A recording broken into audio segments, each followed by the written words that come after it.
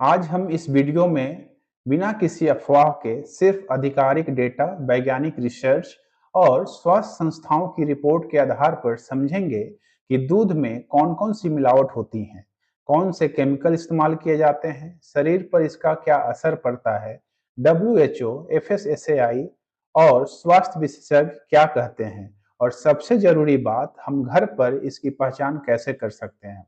Video को अंत तक जरूर देखिए क्योंकि आखिर में मैं आपको कुछ ऐसे आसान टेस्ट बताऊंगा जो हर घर में किए जा सकते हैं।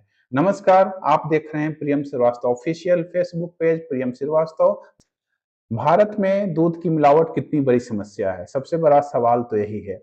भारत दुनिया का सबसे बड़ा दूध उत्पादक देश है, लेकिन दूध की मांग जितनी तेजी से बढ़ी उतना ही तेजी से नकली और मिलावटी दूध का कारोबार भी बढ़ा। पिछले कई वर्षों में उत्तर प्रदेश, हरियाणा, राजस्थान, पंजाब, बिहार, महाराष्ट्र, मध्य प्रदेश, दिल्ली, गुजरात और अन्य राज्यों में कई बार नकली दूध बनाने वाली फैक्ट्रियां पकड़ी गईं। कई मामलों में हजारों लीटर दूध जब्त किया गया, जिसमें डिटर्जेंट, यूरिया, स्टार्च, सिंथेटिक दूध, हाइड्रोजन पेरोक्साइड, कॉस्टिक सोडा जैसे पदार्थ पाए गए। एफएसएसएआई लगातार राज्यों के साथ मिलकर सैंपलिंग और जांच करता है और समय समय पर मिलावट करने वालों पर कार्रवाई भी करता है और उसमें अलग अलग कार्रवाई की प्रावधान भी हैं। अगर आपको ऐसा लगता है कि एक कौन-कौन सी ऐसी मिलावटें हो सकती हैं, जिसमें आपके और आपके बच्चों पर, आपके स्वास्थ्य पर इसका हानिकारक प्रभाव पड़ सकता है। तो दूध में कौन-कौन सी मिलावट होती है? सबसे पहला नंबर आता है पानी का, जो सबसे सामान्य मिलावट होता है, जिसे गाँव में कभी-कभी आप देखते होंगे या सुने भी होंगे। उसका उद्देश्य बस मात्र इतना होता है कि दूध की मात्रा को बढ़ाया जा सके, लेकिन इससे दूध का पोषण कम हो जाता है।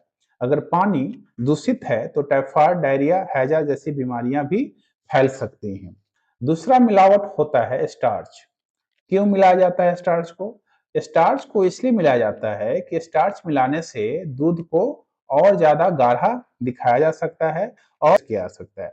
इसका शॉर्ट टर्म लॉस ऐसा है या फिर इसका इम्पैक्ट ऐसा है कि पेट में दर्द हो सकता है, एसिडिटी बन सकता है और इंडाइजेशन भी हो सकता है। डायबिटीज के मरीजों के लिए ज्यादा नुकसानदायक होता है। तीसरी मिलावट होती है और अक्सर जो सुनने में आता है कि दूध में डिटर्जेंट मिलाया गया है। यह सबसे खतरनाक मिलावटों में से एक है। इसे क्यों मिलाया जाता है? सबसे पहले सवाल आता है कि आखिर डिटर्जेंट को क्यों मिलाया जाता है? सिंथेटिक दूध में झाग और सफेदी लाने के लिए डिटर्जेंट को मिलाया जाता है। इसका शॉर्ट टर्म इम्पैक्ट क्या है आपके हेल्थ पे? तो इससे उल्टी, दस्त और पेट में जलन और बर्निंग सेंसेशन होता है। लॉन्ग टर्म इम्पैक्ट क्या है आपके स्वास्थ्य पे, आपके हेल्थ पे? तो इंटेस्टाइन को इससे नुकसान पहुंच सकता है, लिवर पर इसका इम्पैक्ट हो सकता है, असर हो सकता है और किडनी पर भी इसका असर हो सकता है। चौथा और सबसे खतरनाक यूरिया है। यूरिया दूध में प्रोटीन की मात्रा ज़्यादा दिखाने के लिए किया जाता है। इसका शॉर्ट टर्म हेल्थ पे इम्पैक्ट ऐसा है कि इसको यूरिया जनित अगर आप मिल्क पीते हैं, खाते हैं तो उससे उल्टी, हेडेक और जी मिचलाना होता है और लॉन्ग टर्म हेल्थ इम्पैक्ट ये होता है कि किडनी पर इसका गंभीर असर होता है और बच्चों में ज़्यादा जोखिम देखा जाता है। मेटाबॉलिज्म जो होता है बॉडी का पूरा इम्बैलेंस हो जाता है। जिन लोगों को पहले से किडनी की बीमारी है, उनके लिए यह बेहद ही खतरनाक साबित हो सकता है। कॉस्टिक सोडा, जिसे सोडियम हाइड्रोक्साइड भी कहते हैं, दूध खराब न दिखे इसलिए पीएच बढ़ाने के लिए सोडियम हाइड्रोक्साइड या कास्टिक सोडा का इस्तेमाल किया जाता है। शॉर्ट टर्म अगर मैं बात करूं हेल्थ इम्पैक्ट का, तो इससे मुंह में और गले में जलन होता है, पेट में बर्निंग सेंसेशन और पेट में तेज दर्द होने लगता है, पाचन तंत्र को नुकसान पहुंचाता है। हाइड्रोजन पेरोक्साइड, दूध को सबसे ज्यादा समय तक खराब होने से बचाने के लिए ज्यादातर लोग हाइड्रोजन पेरोक्साइड का इस्तेमाल करते हैं। यह खाद्य संरक्षण के लिए अनुमत पदार्थ नहीं है। इसकी अनुमति नहीं है कि हाइड्रोजन पेरोक्साइड को मिलाया जाए। Short term impact, health impact क्या हो सकता है? इससे उल्टी होती है और पेट में दर्द होता है। और लॉन्ग टर्म इम्पैक्ट ऐसा होता है कि शरीर की कोशिकाओं को इससे नुकसान पहुंचाता है। शरीर की कोशिकाओं को नुकसान पहुंचाने वाले ऑक्सीडेटिव प्रभाव की आशंका होती है। और सबसे खराब मिलावट की अगर मैं बात करूं तो फॉर्मेलिन का मिलावट होता है। कुछ मामलों में दूध को लंबे समय तक सुरक्षित दिखाने के लिए अवैध रूप से इस्तेमाल किया जाता है, जिसका नाम है फॉर्मेलिन। फॉर्मेलिन एक औद्योगिक रसायन है, यह भोजन में मिलाना पूरी तरह से वर्जित है और अप्रतिबंधित है। लॉन्ग टर्म इसका इम्पैक्ट क्या है हेल्थ पे? तो अंतरराष्ट्रीय स्वास्थ्य एजेंसियां जैसे डब्ल्यूएचओ या एफएसएसआई जो खाद्य सुरक्षा नियम बताता है, अंतरराष्ट्रीय स्वास्थ्य एजेंसियां इसे कैंसर का जोखिम बढ़ाने वाले पदार्थ के रूप में वर्गीकृत करती है।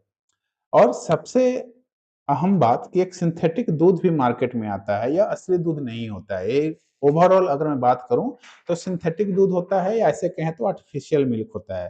कई बार इसे बनाया जाता है जिसमें urea, detergent, refined oil, starch, synthetic chemicals और पानी का इस्तेमाल करके इसे मिलाया जाता है और बनाया जाता है। यह मानव स्वास्थ्य के लिए अत्यंत खतरनाक हो सकता है।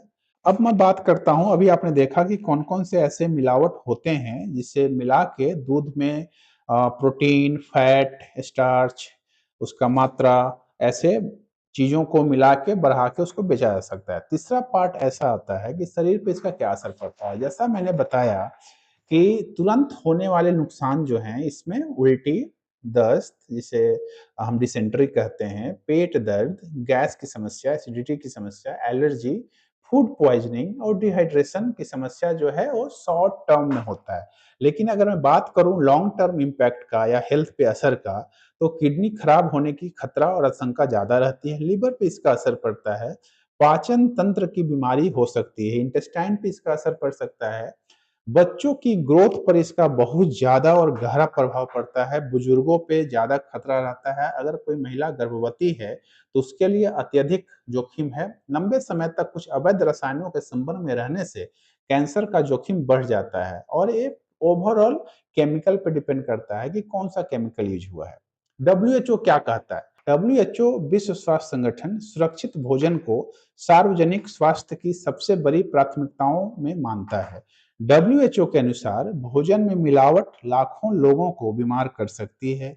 दूषित भोजन से हर साल दुनिया भर में लगभग 60 करोड़ लोग बीमार पड़ते हैं। लगभग 4 साढ़े 4 लाख लोगों की मृत्यु असुरक्षित भोजन से जुड़ी बीमारियों के कारण होती है। 5 वर्ष की कम आयु के बच्चे सबसे अधिक प्रभावित समूहों में शामिल हैं। एफएसएसएआई क्या कहता है? एफएसएसएआई कहता है कि भारत में खाद्य सुरक्षा की जिम्मेदारी उसकी है। उसके अनुसार दूध में मिलावट करना कानूनी अपराध है। Food safety and standard act FSSAI India के तहत कार्रवाई हो सकती है। गंभीर मामलों में भारी जुर्माना और जेल दोनों तरह का प्रावधान है। एफएसएसएआई नियमित रूप से दूध की गुणवत्ता जांचने के लिए राष्ट्रीय सर्वे का सैंपलिंग अभियान चलाता है। घर पे इसकी पहचान कैसे करें? घर पे इसके पहचान करने के कुछ आसान संकेत और तरीके हैं, जैसे दूध में बहुत ज्यादा अगर झाग बन रहा हो, स्वाद असामान्य लगे, लंबे समय तक अगर दूध आपका खराब नहीं हो, बहुत ज्यादा सफेद अगर आपका दूध दिख रहा है, या उबालने पे अजीब तरीके का गंध आता हो।